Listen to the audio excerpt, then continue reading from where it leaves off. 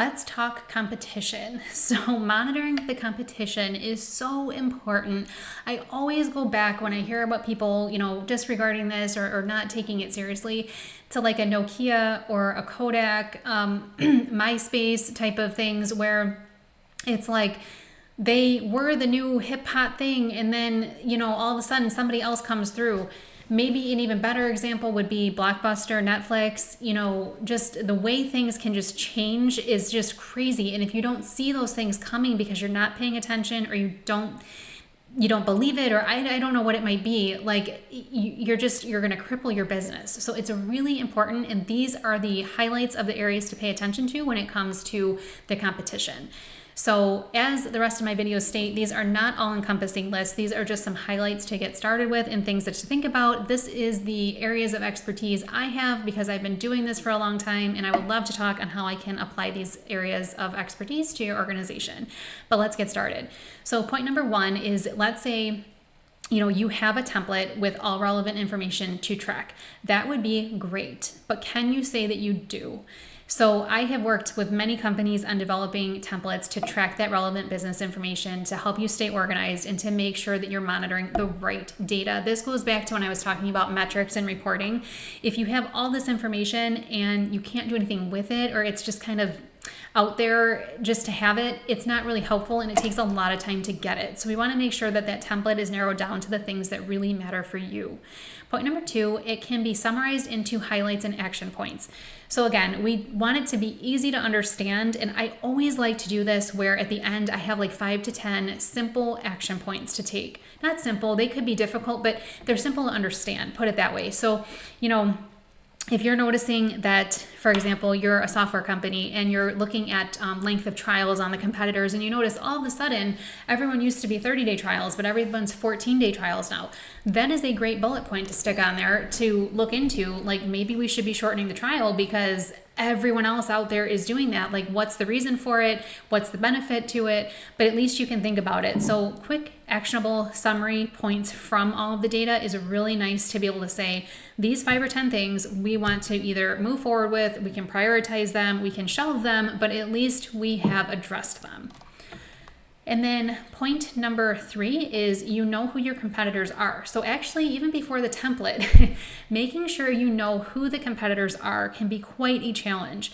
So there's lots of different things you can consider. Primary, secondary competitor. I've got lots of experience in this area and would love to talk to you on it. But by knowing who they are, what they're doing, you can identify the opportunities, you can anticipate market shifts, and ensure you're not caught off guard by new trends. And then number 4, you use a SWOT analysis. So I did talk about this in a previous video as well. This is a great tool to use to come up with the opportunities and threats that are in the market for you, and to identify, your strengths and weaknesses in the product or service. And so when you do this, it gives you a deep understanding of the company's capabilities internally, but it's also the external challenges that you're about to face or that you are facing. And so it can help you to capitalize on the strengths when it comes to marketing, and it can help you address the weaknesses when it comes to developing product, or it could be marketing weaknesses. And you're able to address those things because you are looking at all aspects. Point number 5, you regularly perform the competitor review. So it's really easy to do this once and then time goes by, but you really need to make sure you're paying attention. I love being able to do this. In software in particular is the most recent opportunity I've had to do this, but I would go through the different competitors and make up fake accounts and take screenshots all along the way and put summaries on each one. So it was super easy for anyone to just open up this slide. You could see a screenshot and you could see my 1 sentence summary off to the side.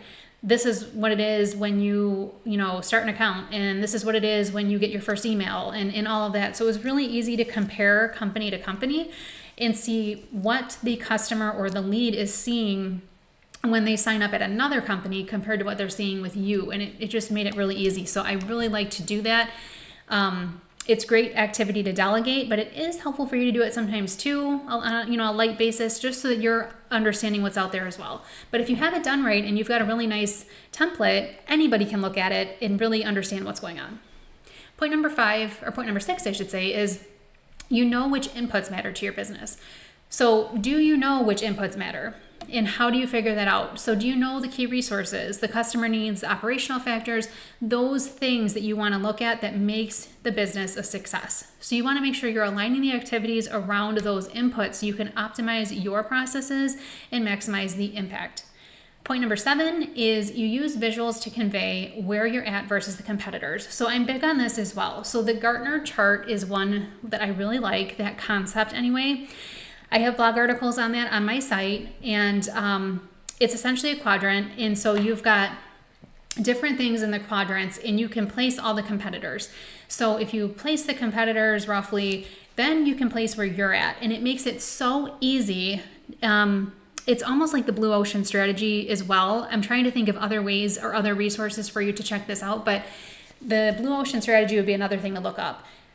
But either way, so when you present this to your team, they can see exactly where you stand and exactly where you want to be. And it makes it just crystal clear. No words required. I read this thing not too long ago where it said, you should never tell people when you can show them.